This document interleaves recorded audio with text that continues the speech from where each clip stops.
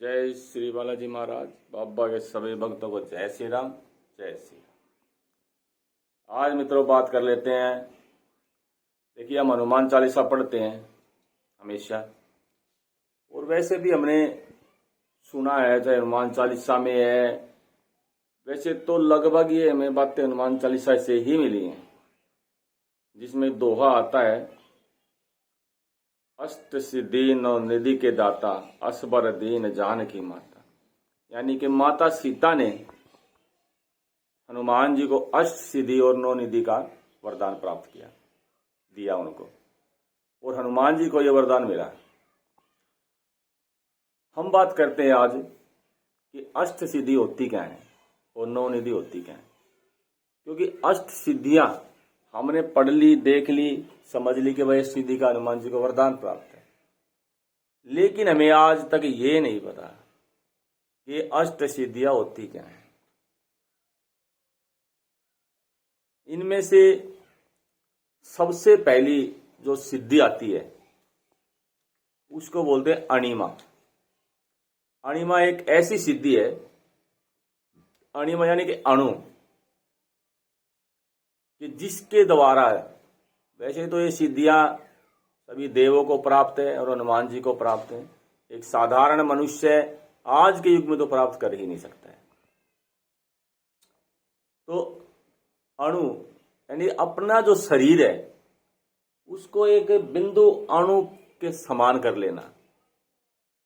इसलिए हमने रामायण में देखा भी है कि हनुमान जी जब लंका जाते हैं तो अपने शरीर को एक अणु के समान कर लेते हैं, चींटी की तरह, ताकि किसी को नजर ही ना आए।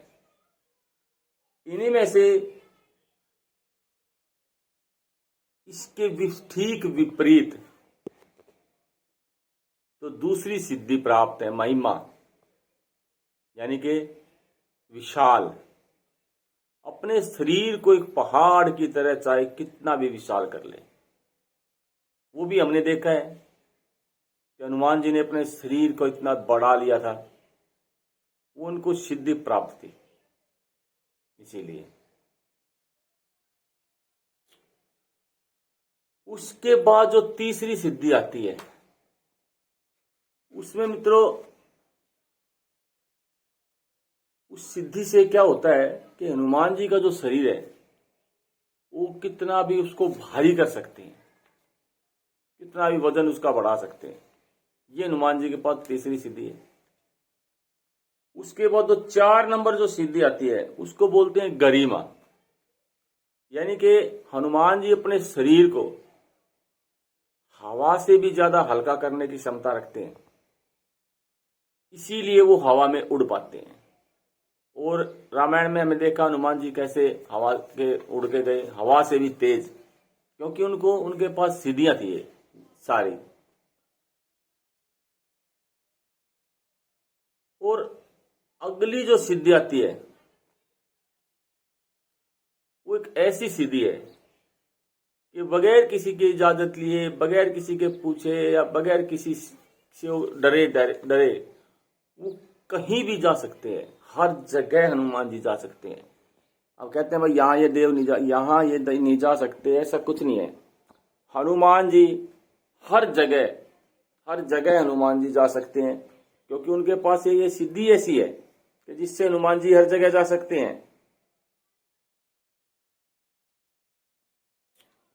एक सिद्धि इसमें है, ऐसी है, इन्हीं अष्ट सिद्धियों में इच्छा पूर्ति की होती है। वो अपनी इच्छा से हनुमान जी कुछ भी प्राप्त कर सकते हैं, कुछ भी, और कुछ भी अपने भक्तों को दे सकते हैं, क्योंकि उन्हें ये सिद्धियां प्राप्त है। कुछ भी देने के लिए, हनुमान जी को कुछ भी देने के लिए शक्तियां प्राप्त है, इच्छा पूर्ति।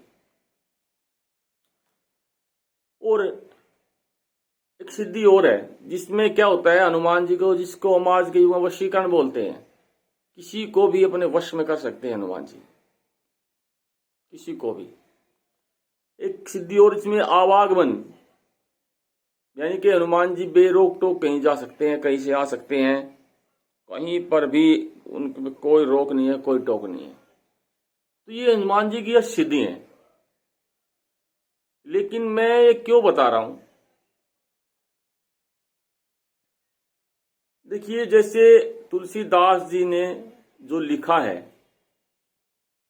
कि अष्ट सिद्धि नवनिधि के दाता असबर दीन जानकी माता, कि जानकी माता ने उन्हें अष्ट सिद्धि और निधि का वरदान दिया, माता सीता ने। लेकिन उसमें ये शब्द एक मेरे हिसाब से बहुत गलत है।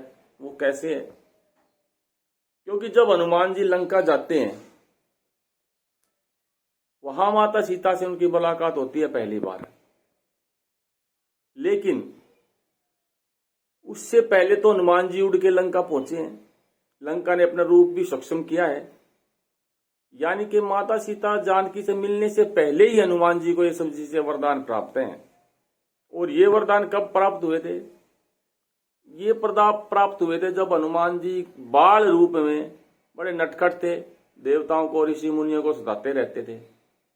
और जब उन्हें श्राप मिला और इंद्रदेव ने जब अपने दंड से प्रहार किया,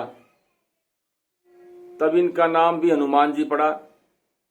और उसी समय सभी देवताओं ने अपने अपनी ओर से एक एक वरदान श्री हनुमान जी को दिया, जिसमें अष्ट सिद्धि आई और 9 की 9 निधियां हनुमान जी को उस समय वरदान प्राप्त था। माता सीता ने इन्हें वरदान दिया था चिरंजीवी का, चिरंजीवी यानी कि अजर अमर का, कि आप अजर अमर हैं और सदा अमर रहेंगे।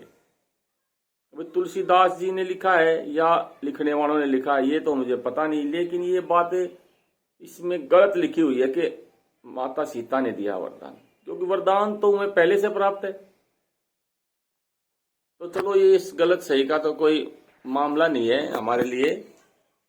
मेरा तो सिर्फ ये है हनुमान जी की अष्ट सिद्धि और नवनिधि के बारे में बताने का। अब देखिए, हनुमान जी को अष्ट सिद्धि और नवनिधि प्राप्त है। आज के युग में अगर किसी को इनमें से